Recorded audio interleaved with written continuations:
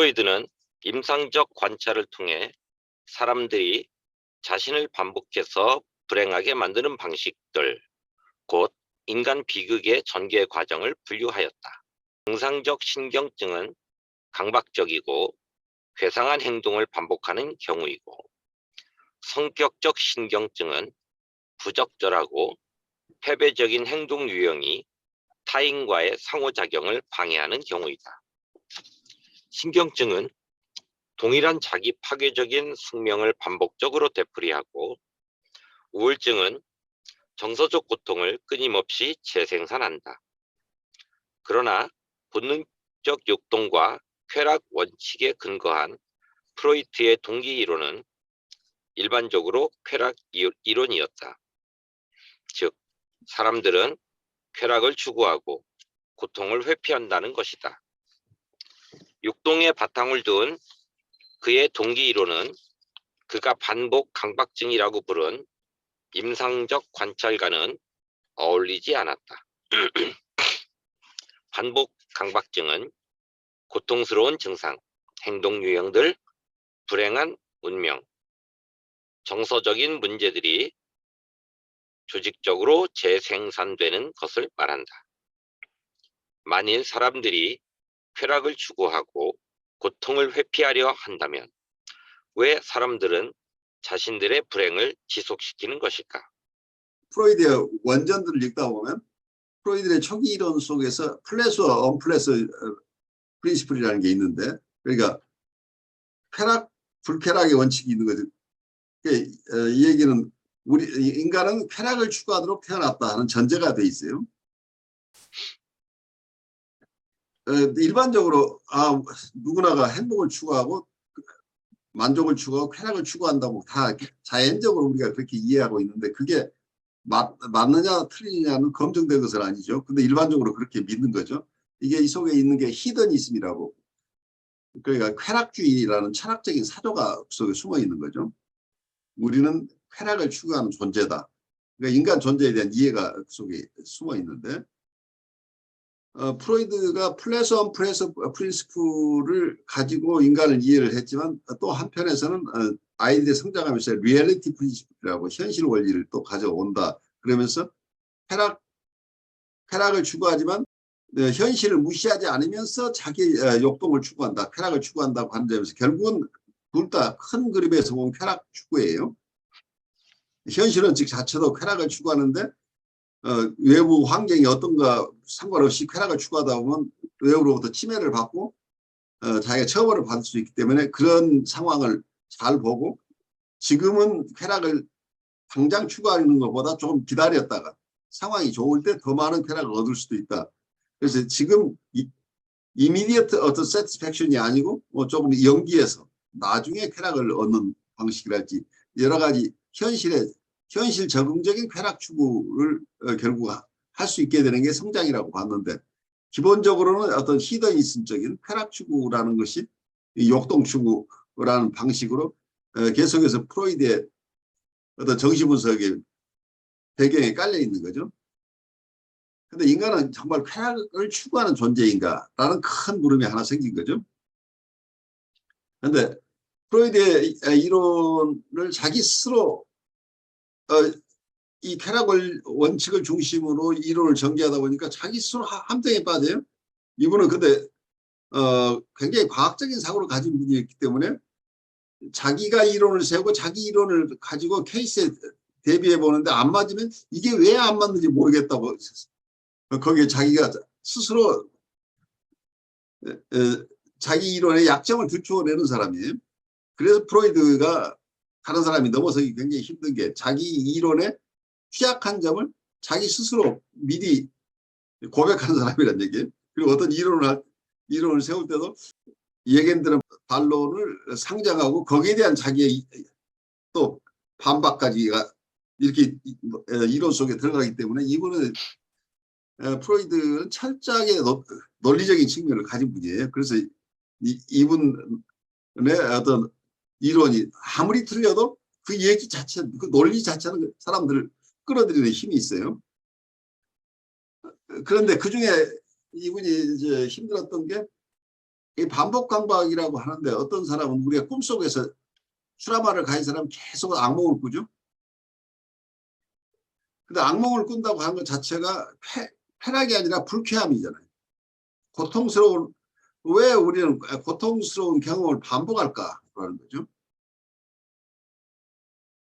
이런 것들, 그러니까 과거에 트라우마가 있는 사람이 다시 그 플래시백이 생겨가지고 그 과거 속으로 자꾸 돌아가고, 쾌락을 가져오는 것이 아닌 상황 속으로 사람은 계속해서 그쪽에 빠져들어서 다시 고통을 반복해서 경험하는 이런 패턴들을 임상에서 경험하면서 자기 스스로도 이걸 어떻게 이해할 것인가 고민하던 이런 분이에요. 그래서 학문적으로는 굉장히 뭐라고 할까요?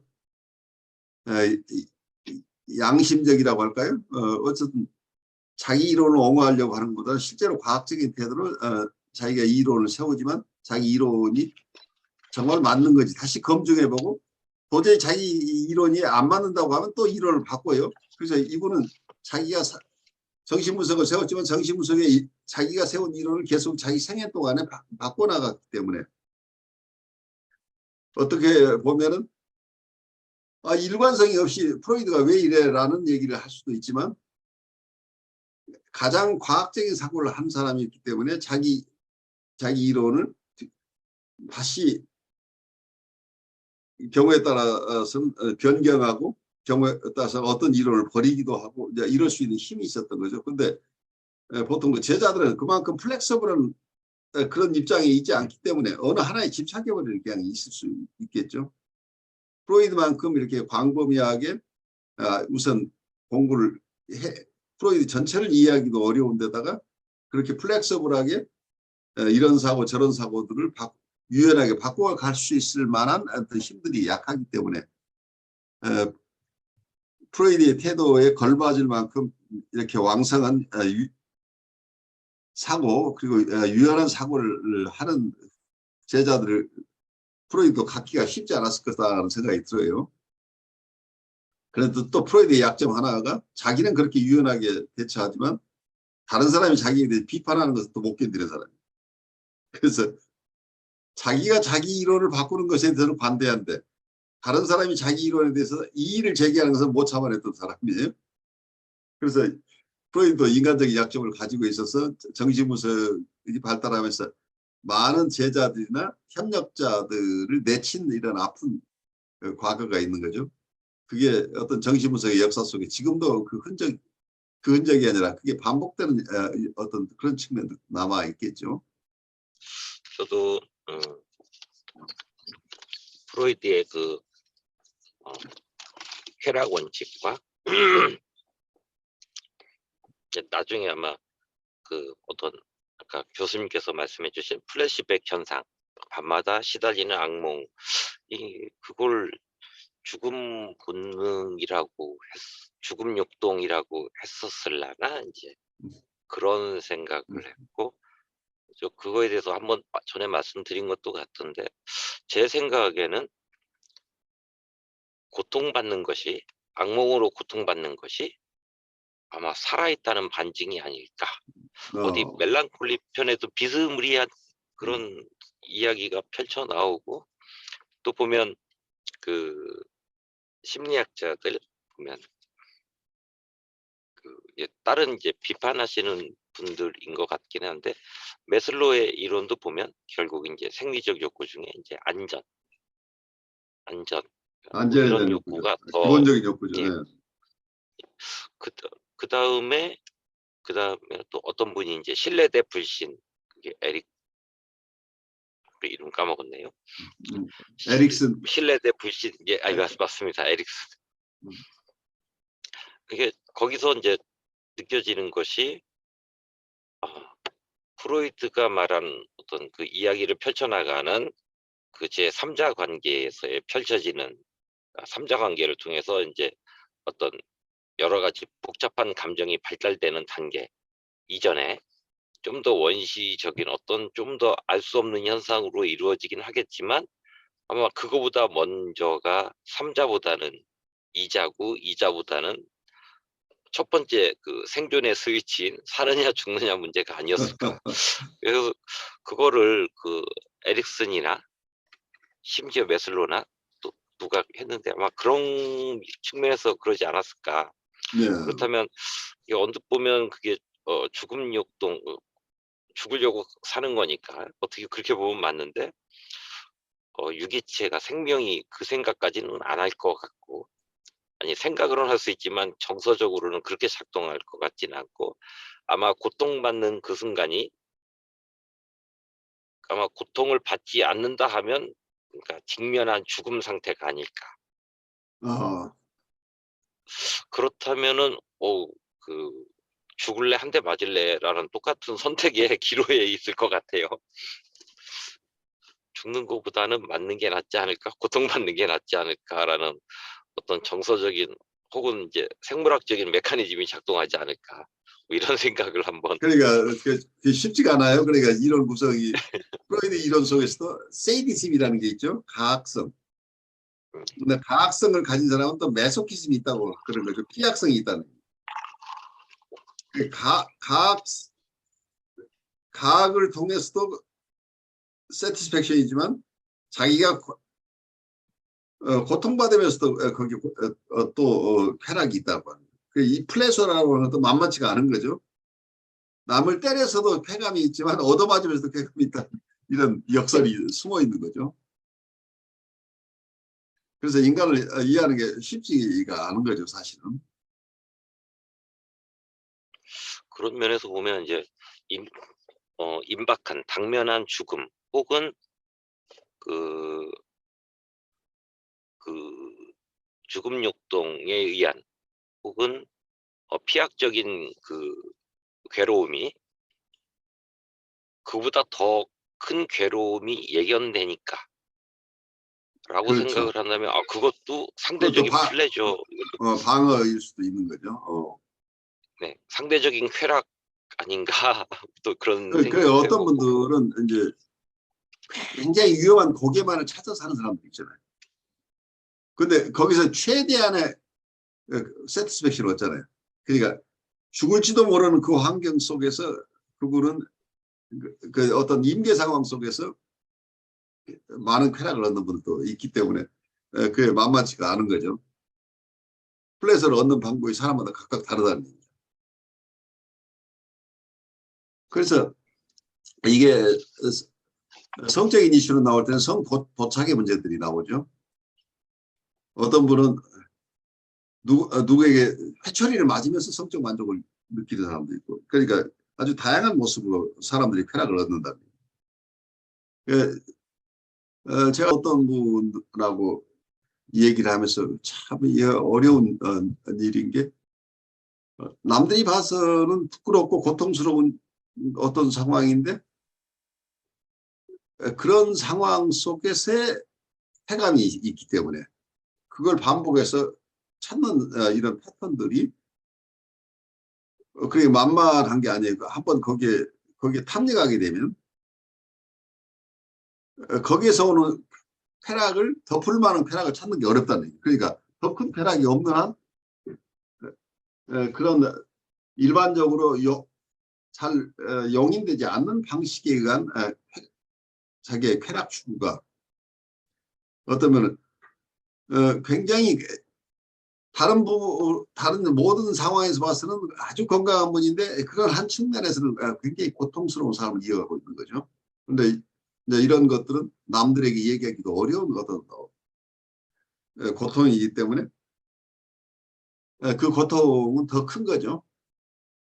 그래서 왜 그런 일이 일어났을까라고 하는 부분들을 우리가 깊이 봐야 되는 거죠.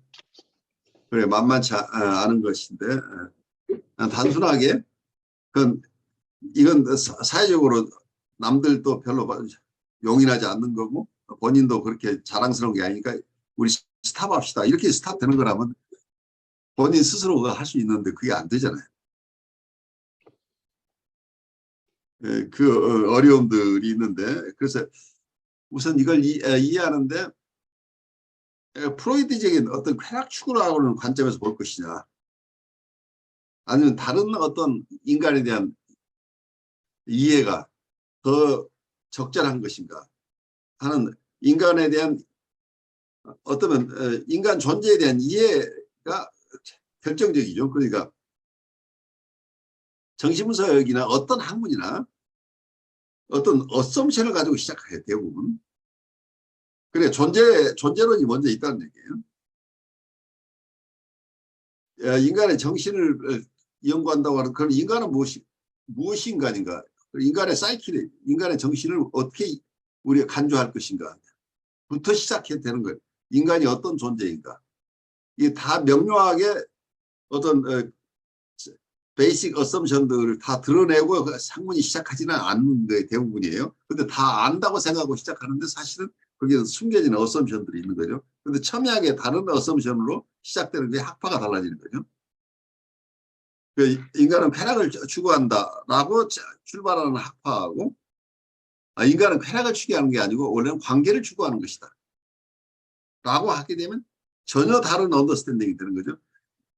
인간 존재에 대한 이해가 달라지면 기본적인 가설을 배경으로 학문이 발달하기 때문에 어떤 가설이 있고 거기에 대한 방법론이 있게 되면 거기에 따른 어떤 학문의 발전이 있게 되는데 기본적인 가정을 어떻게 하느냐에 따라서 크게 달라진다고 하는 점에서 우선 인간관이 굉장히 중요해요. 인간의 존재 자체가 무엇인가라는 측면에서 볼 필요가 있다. 그래서 제가 철학적인 자유가 우리가 정신분석가들이 필요하겠다는 생각을 하는 이유가 이제 여기에 있어요. 브렌타너라고 하는 독일의 아주 훌륭한 심리학자 겸 철학자, 이분이 가지고 있었던 어떤 인텐셔널리티, 어떤 지향성이라는 어떤 아주 중요한 개념을 발달시킨 게 후설도 발달시키고 프로이드도 발달시킨 거예요. 후설 쪽으로 가면서 현상학을 발달시키면서 모든 학문의 기초를 놓는다고 하고 기염을 포함해서 어떤 학문의 방법론을 아주 정교하게 만들어내는 게 현상학이죠. 거기서부터 또 하이데거는 자기의 실존주의 철학, 하이데거는 나름대로의 어떤 실존주의 철학을 발달시켰는데 현상학적으로 발달한 분들은 인간의 무의식에 대한 전제를 하지 않은 거죠. 의식세계 중심으로 봤다는 얘기예요. 의식의 흐름이다 이제 이런 쪽으로 봤기 때문에 인간의 마음은 우리는 의식을 가지고 있다. 그 카인셔스니스를 중심으로 인간 존재를 이해했기 때문에 이 카인셔스니스 중심의 어떤 학문들이 발달했는데 프로이드는 우리는 의식으로만 사는 게 아니라 무의식의 세계가 있다고 인간에 대한 어떤 전제가 달라진 거죠. 그러니까 무의식에 대한 탐구가 가능해졌다는 얘기예요. 그런 점에서 여기서도 프로이드가 봤던 우리 인간은 쾌락을 추구하는 존재다고 하는 이런 또 하나의 가설인데 이 가설을 그대로 따라가다 보니까 다 설명할 수 없는 상황이 되면 과학적인 가설이 잘 현실에 맞지 않으면 다른 가설이 나올 수밖에 없어요. 그래서 우리의 현실적인 상황들을 더 잘 설명할 수 있는 이론이 나오면 더 다른 좋은 게 나오기 이전에는 새로운 이론들이 어쩌면 진리라는 이런 주장을 할 수 있게 되는 거죠. 그런데 여기에서 프로이드의 주장과 경쟁할 수 있는 이론이 여기서 대상관계 이론이 출현한다. 이렇게 볼 수 있는데 그 얘기를 지금부터 좀 따라가 보죠. 쾌락 원칙에 의하면 리비도는 유연하게 다양한 대상들을 사용하여 쾌락을 추구한다. 또한 쾌락 원칙은 고통스러운 욕망과 좌절스러운 대상을 포기한다는 것을 뜻하기도 한다. 그러나 1905년 프로이드는 리비도 역시 그의 집착성, 어디시브니스라고 부른 속성을 가지고 있다고 주장한다.